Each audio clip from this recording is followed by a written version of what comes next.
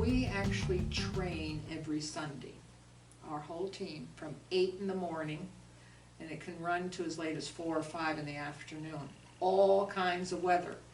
Doesn't matter. We were out yesterday, and that was a hot day, and we have to make sure that we're hydrated and the dogs are hydrated. I myself stay at base and do base operations. And we train at state game lands, and all the dogs get their turns, and it doesn't matter what their discipline is. What we call a discipline is air scent or trailing or HRD. They all practice. Now, you mentioned the state game lands and out in the woods and that. Mhm. Have you been involved in city or? Yes. We're getting more involved in that. We are now with getting urban more search. what we call urban search. We have one dog on the team who actually is trying to do classes with her handler and get more involved with urban searches. She actually and the handler also go to Ohio to do some classes and training. Specialized for urban searches.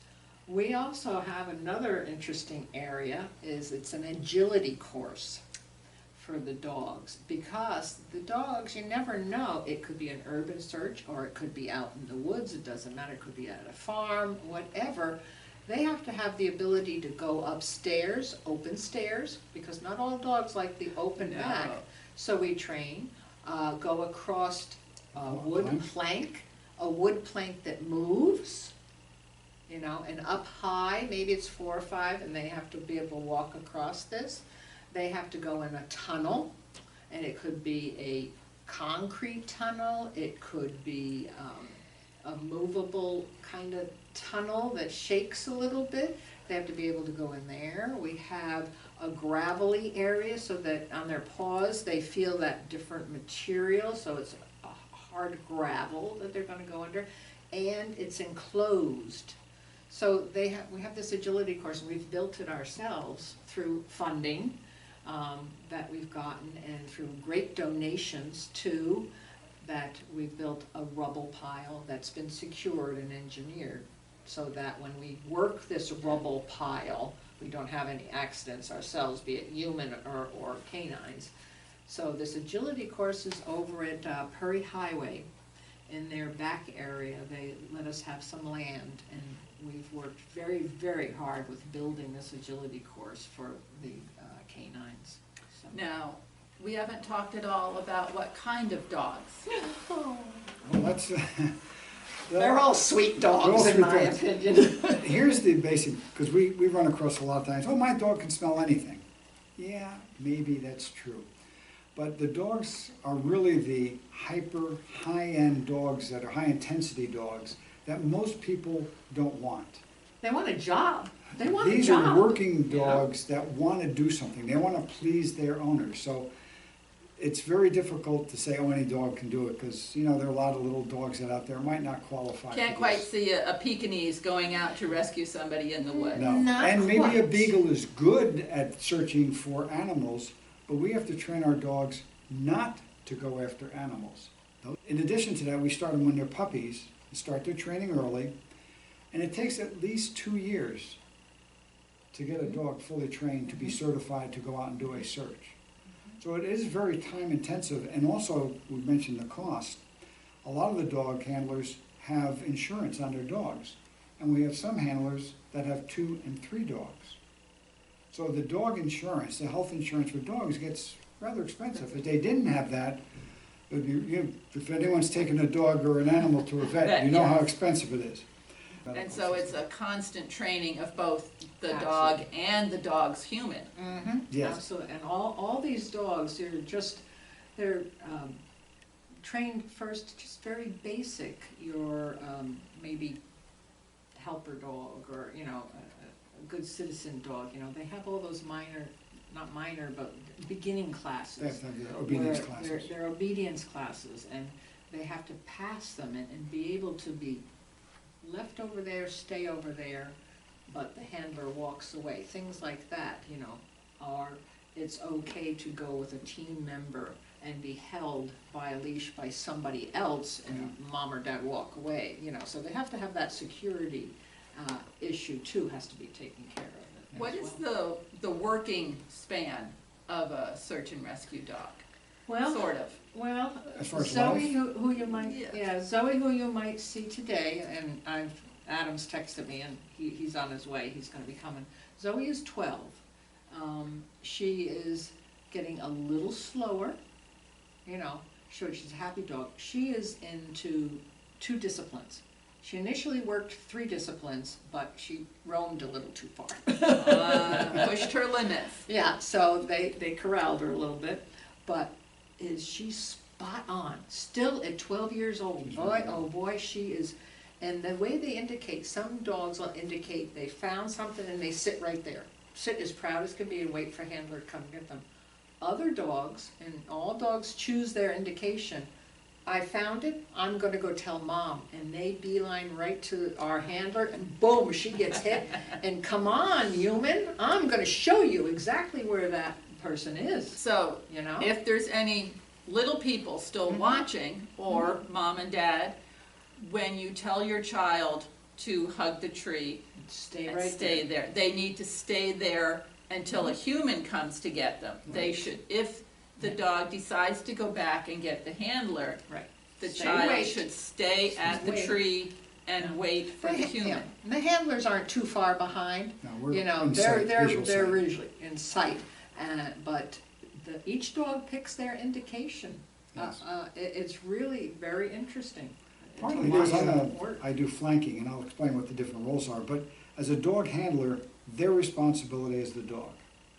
And they have to watch the dog to see what indications or what traits does he show when he either has a scent or doesn't have a scent. How is he responding to the dispersion of the smells?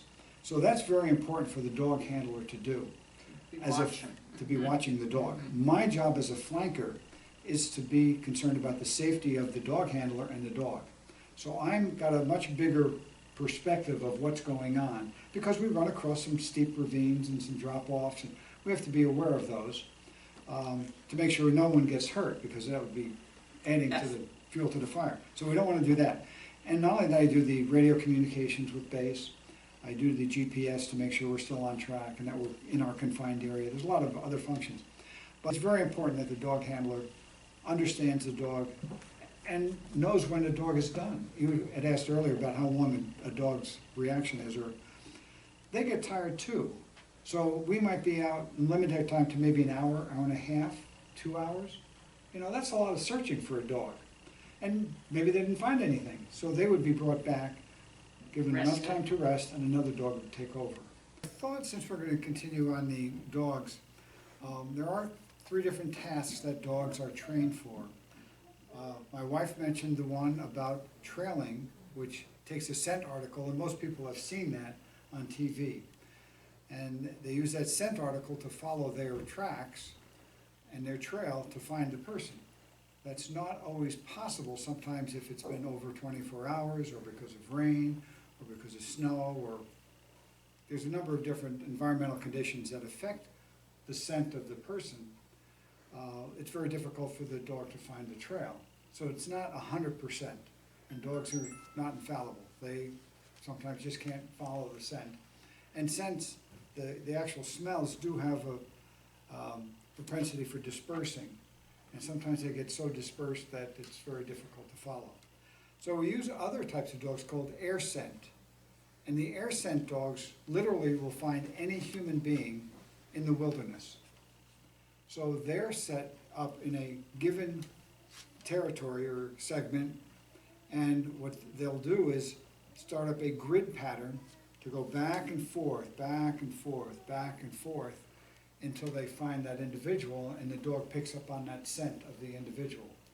So those are air scent dogs. How many acres do the air scent? Well, they could be 40, 50, 60, 80, 90, 100 acres, large tracts of land, because as a ground searcher, we could send out a ground crew with 3 to 5 people, but we could only cover maybe 30 feet of width of a track going through the woods. But with a dog, because they're searching for the smell of a human, they could have a much wider track, and so they can cover those areas much faster than the humans can. So that's the advantage of having an air scent dog. And then the third type of dog that we have is a very, very specialized dog, and it's unfortunate when we have to use them, because that's after all other efforts failed. The trailing dog didn't work, the air scent dogs didn't work, the people didn't work, and 2 or 3 days have lapsed. It's possible that the person is no longer alive. And that's a sad state, and we have dogs trained specifically for finding a dead person or body parts. Those are called HRD, human remains detection, or sometimes referred to as cadaver dogs. But they will find an individual, whether it be on land or water, Wow. which is really pretty amazing that they can do that. But again, that requires a lot of training, a lot of time, and a lot of effort to get the dog to that level. Brought some of the books. We have an intermediate, or an introduction to search and rescue. I have a fundamentals of search and rescue. And then we also have an advanced search and rescue. And that covers most of the ground searching operations that we have and does talk about the dogs. But then you get into another level above that, and someone has to manage the search. So there's another course. You can see the book is twice as thick as anything, and that's managing an incident. Because every incident that we have has to have a manager. We call him a search manager or an incident commander, because someone has to be coordinating all the things that are going on. There are people coming, or teams coming in, there are teams going out. You don't want 2 teams searching the same That's area. right. No. So that's very important, that we have a search manager managing the whole scene, and that's very, very important. Fortunately, we have technology to help us do that. One of the things we have, we use GPS, our global positioning system. There's a device over there. And we also have that on our phones. Now, what's nice about it, the technology and the apps that are available, one of them is a search and rescue, SAR, topology maps. And we have that on our phones, and one, it can tell us where we are, because we can all log into that, and a base responder can now watch exactly where that person is going can through see the them woods. all. So you can actually see us walking. In your From my command telephone. central. From my Yes. telephone, even if Okay. we don't have the command vehicle there, we at least could start it and we can see it on our telephones. Right. But one of the things that we're doing is when we get on scene, we first want to interview the family to find out a little bit more about the subject. The age, what their dress is, how familiar are with the area, what their mental state is, what their physical state is, if they're taking medicines, that kind of thing. It's very, very important to have a better understanding of what the individual is doing. Where are their favorite places? Now, it could be a young person, or it could be an older person. It could have been out hunting, they could be out bird watching, they could be out looking for mushrooms. There's so many different things that people are doing out there that could get them lost. Now, someone took the time, and unfortunately, I don't remember the gentleman's name. Yeah. But he wrote the book, Back, Lost yeah. Person Behavior, and he summarized all the different calls over a 30, 40-year period and found that there were some patterns. Hunters tend to do certain things. Bird watchers tend to do different things. Dementia people do different things. Children tend to do different things, and different age groups of children tend to do different things. Yes. Children will tend to find a happy place, a fun space, or someplace they want to go, to a park or to a stream, something that interests them. Yes. So they have a certain behavior that they tend to follow. Doesn't say it doesn't in every case, but they tend to do this, because when the search manager starts up, they have to make some assumptions on where's the best place to look. If it's a hunter, they might be going out to the tree stand. Okay, where's the tree stand? Do we have a location where that is? Let's send someone out quickly to go look at the tree stand and the surrounding area. We call that a hasty search. And that's very important, because maybe they just fell, maybe they injured themselves, and it could be a very quick and, thorough search, and we could find them rather quickly. Call as quickly as possible. Now, And we who- can be dispatched through Crawford County 911. So if you call your 911 center, they can patch you. Now, just because you're in Erie, you still call 911 and ask them. It's just that happens that Crawford County is the one that activates our team. And